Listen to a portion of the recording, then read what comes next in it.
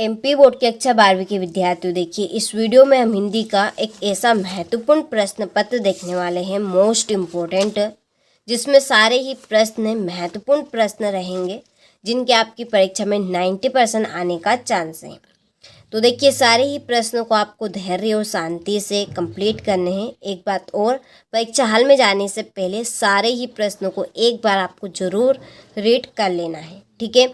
चलिए तो वीडियो को शुरू करते हैं और सारे ही प्रश्नों को धैर्य और शांति से सॉल्यूशन के साथ में समझेंगे। पहले प्रश्न में सही विकल्प 6 नंबर के आपसे पूछे जाएंगे। पहला प्रश्न है कि सीरीज के फलों को देखकर द्विवेदी जी को किसकी याद आती है? तो इसका आंसर है नेताओं की। दूसरा है मोहनजोदड़ो के अजायब घर में तैनात व्यक्ति का नाम था। इसका आंसर है अलीनवाज। तीसरा है झोला है एक तत्भव शब्द।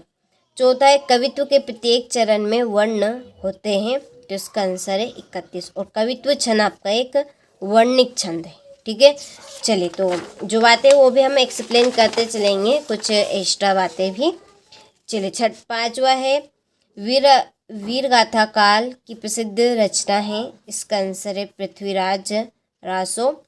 छठा है तुलसीदास के अनुसार पेट की आग कौन बुझा सकता है? तो इसका आंसर है राम, ठीक है। चलिए तो स्क्रीनशॉट आप ले यहाँ से। आगे है सीरीज के वृक्ष बड़े और खालिस्तान होते हैं, छायादार।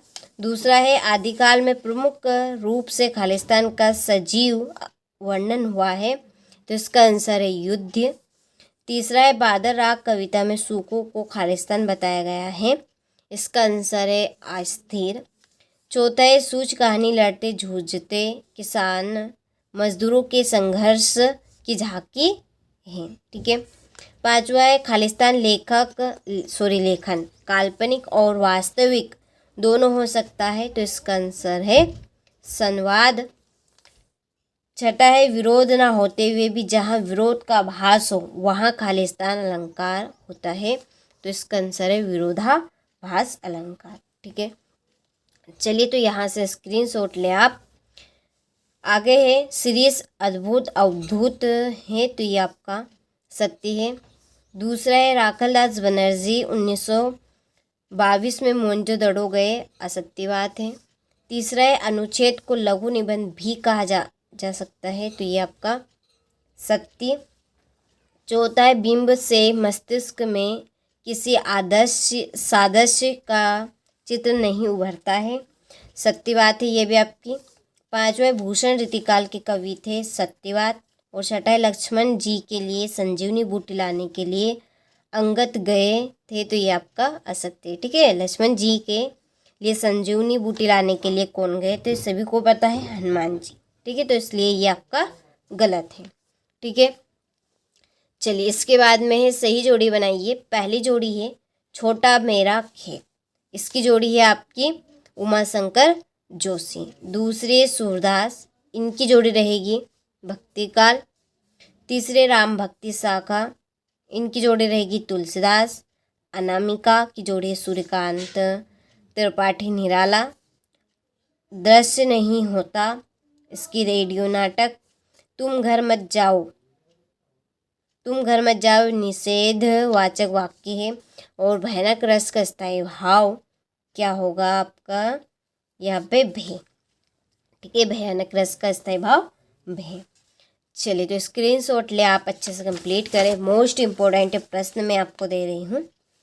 क्वेश्चन नंबर 5 में है, एक वाक्य में उत्तर दीजिए। पहला है राम की शक्ति पूजा कविता के रचनाकार कौन है? तो इसका आंसर है सूर्यकांत त्रिपाठी निराला। दूसरा विस्तृत क्लेवर वाले काव्य को क्या कहते हैं?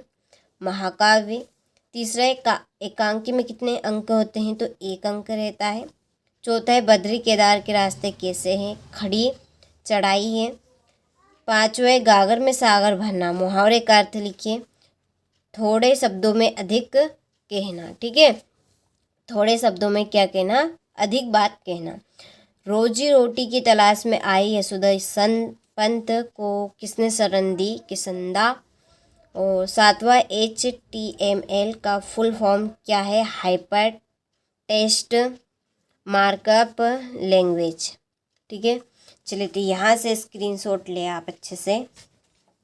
इसके बाद में क्वेश्चन नंबर 6, बच्चे किस बात की आशा में नीड़ों से झांक रहे होंगे। 2 नंबर का इम्पोर्टेंट प्रश्न है। 7वां है छायावाद की विशेषताएं लिखिए। 2 नंबर का आपका ये भी मोस्ट इम्पोर्टेंट प्रश्न है। आचार्य रामचंद्र शुक्ल के अनुसार निबंध की भाषा लिखिए, परिभाषा दीजिए। 9वां है बाजार का जादू क्या है, उसके चढ़ने उतरने का मनुष्य पर क्या प्रभाव पड़ता है। बालक आनंदा के पिता ने किन शर्तों पर विद्यालय जाने दिया। अतिशयोक्ति एवं अनुक्ति अलंकार को उदाहरण सहित समझाइए। बिंब विधान से आप क्या समझते हैं, राष्ट्रभाषा से आप क्या समझते हैं। ठीक है, इन सारे ही प्रश्नों की आंसर शीट आपको मिल जाएगी। आप इसी वीडियो की डिस्क्रिप्शन में जाएंगे तो आपको एक कॉन्टेक्ट नंबर मिलेगा। आपको कॉन्टेक्ट नंबर पे कॉल करना है।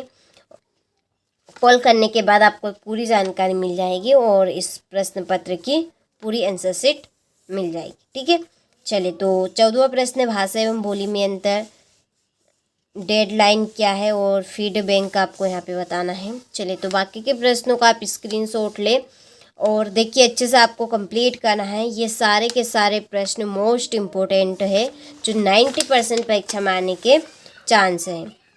ठीक है, तो आपको सारे ही एक एक प्रश्न का आंसर मिल जाएगा। जो हमने आपको आंसर शीट बनाई है उस आंसर शीट के लिए इसी वीडियो की डिस्क्रिप्शन में आप जाएंगे तो आपको एक कॉन्टेक्ट नंबर मिलेंगे। मैं आपको दोबारा कह रही हूँ, यदि पल्ले ना पड़े तो कॉन्टेक्ट नंबर मिलेंगे तो आप उन कॉन्टेक्ट नंबर पे चाहे तो मैसेज कर सकते हैं व्हाट्सएप पे या कॉल करेंगे तो बेहतर रहेगा। सारी जानकारी आपको मिल जाएगी कहाँ से कहाँ पे आपको इसकी आंसर शीट मिलेगी। ठीक है, और अब तक आप हमारी एप्लीकेशन के साथ नहीं जुड़े तो जुड़ जाइए, मौका अभी भी है। ठीक है, तो सारे ही प्रश्नों का आपने अच्छे से स्क्रीनशॉट ले लिया होगा तो अच्छे से आपको उनको कंप्लीट भी ज़रूर करना है।